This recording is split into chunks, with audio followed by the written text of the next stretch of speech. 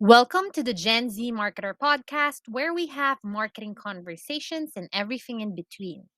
Here we talk about marketing, branding, e commerce, and the power of integrated marketing communication. I'm your host, Jimmy O'Malley, a strategist passionate and specializing in branding and marketing for e commerce. Social media was abuzz last week with reports that SM Mall of Asia's iconic globe was stolen. Eventually, it was revealed that this was a campaign to promote Netflix's Red Notice. As much as the campaign generated awareness and buzz for the film, it definitely was more of a miss rather than a hit. Let's talk about why that is so in this episode. Before we get to it, don't forget to support the show by following the podcast to get notified on the latest uploads. Now let's talk about quickly what happened for those who are not familiar with the campaign. So news outlets reported that the Mall of Asia's iconic globe was stolen around November 13, with the Philippine National Police even saying that they are investigating this case.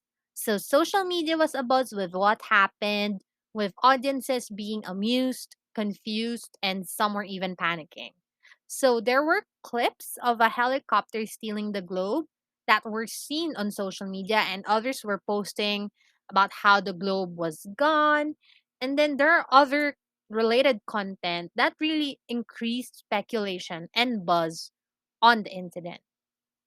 So, Mall of Asia even released a statement that the incident is currently under investigation, and then IKEA even released a statement that they are not liable or involved with the alleged theft.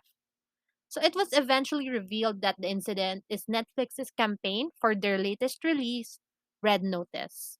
So, Red Notice is an action comedy heist film starring Gal Gadot, Ryan Reynolds, and Dwayne The Rock Johnson. So let me share with you now that you've heard about the campaign what my thoughts are.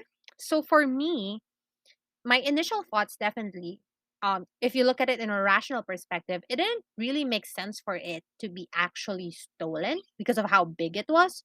So for me, it immediately felt like a brand activation. Or it was possible that Mall of Asia was just undergoing a renovation because for the past few years, they have been renovating the mall. So that same week, IKEA has also been posting about Tito Ball, which is basically their iconic meatballs. So considering that IKEA was also in MOA, it immediately felt an activation from IKEA. So I also asked you guys this week about your thoughts on the campaign on Facebook and Instagram, and IG user at Ari and Brown said that the campaign definitely generated a lot of buzz and memes. And with IKEA's promotions, Red Notice was actually overshadowed. So she also felt that the stunt was more of a despicable movie plot. And then France Flores, who was our guest in one of our previous episodes, also shared that she felt that the campaign was anticlimactic and too much for a Netflix movie. So the campaign seemed like a better fit for IKEA rather than Red Notice. And then Edre Olarte felt at first that the issue was concerning. Then she thought that someone or something was seeking attention. So she also thought that the timing and the way that the campaign was executed also didn't feel right. And then IG user at Yani de Guzman also felt that the campaign was a myth. Now let's analyze what happened. And first, I want to look at this in a communication perspective, specifically the media's role. And as we know, the media's role is really meant to inform the public of relevant and timely issues. And they are expected to be credible and they're meant to be reliable in providing authentic information. So here's what I think the problem is, especially with media or how the media presented this situation. So, at a time of misinformation and fake news, media outlets should know more than ever the importance of credibility. So, media is meant to be the gatekeeper of reliable information and has a responsibility to put out trustworthy, fact check content. But of course, that's the role of media. And then let's look at it in an advertising perspective. And of course, with advertising in media, advertorials, lifestyle pieces, and even entertainment news has always been a part of the industry. However, this is advertising framed as news.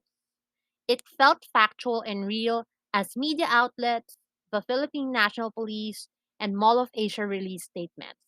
So these are actual institutions that implied the severity of the situation, which is why it felt more real, even though we kind of felt that it was a campaign. Then let's talk about the importance of timing. The campaign was executed during a very jam packed week in entertainment, politics, and more. And then IKEA is located in MOA. And during that week, or even weeks before that, they were already posting about Tito Ball in different locations and have been teasing the opening of their physical store. So the timing of the campaign made it seem that it was related to IKEA. It also added confusion in an overwhelming week for public affairs. Next, let's talk about the power of top of mind. So earlier we mentioned how it the activation felt like a plot from Despicable Me, and most of us know Despicable Me is an iconic movie and its plot is well known for people to immediately think of the franchise with the campaign execution. So IKEA's proximity to the globe as well as their campaigns made some audiences think of them as well. So people thought of these brands or films rather than Red Notice. So it added more buzz to memes and other brands rather than the actual film that was being promoted. And then next, let's talk about the questions when it comes to ethics in media and advertising. Just because we could do something, that doesn't really mean that we should. So was framing the campaign to be news necessary? While it was in the name of entertainment, the industry and us practitioners should know better on when to draw the line. So now let's sum up all of the ideas and insights that we have talked about. And after really weighing all of them, the campaign is definitely more of a miss rather than a hit because of the following. Number one, it was definitely a one hit wonder campaign. So the campaign generated overnight buzz, but once the reveal was made, people eventually forgot about it. So it got buzz, but not the right buzz or not consistent or buzz that wasn't consistently, continued or the momentum eventually dropped. So the attention of the audience was misdirected to several things and the campaign and film eventually faded into the background. And speaking of the film, the second point as to why this is a miss is because Red Notice didn't really need that extra notice. So the film was starred by some of the biggest names in Hollywood, which already is catchy as it is. So the actors that they had were also known for action films, which made the film already exciting as it is. And Netflix viewers in the Philippines have been loyal and consistent. And on the same day, the reveal came out that the campaign was a stunt for Red Notice. The film was already number one in Netflix Philippines. So, as you see, even without that campaign, people were already watching Red Notice. The third point is that the campaign was definitely done in the wrong place at the wrong time. So IKEA was top of mind for audiences, strong enough for the brand to have issued a statement. So the timing and location of the campaign made more sense for IKEA rather than Red Notice. While others think of films like Despicable Me, the spotlight was definitely not on Red Notice. And some would say, any publicity, good or bad, is still publicity. Yes, but if you're not top of mind and if you've done the campaign in the wrong place and the wrong time, then what's the point? And eventually, the buzz died down. Momentum did not build up. So that's why this felt definitely more of a miss.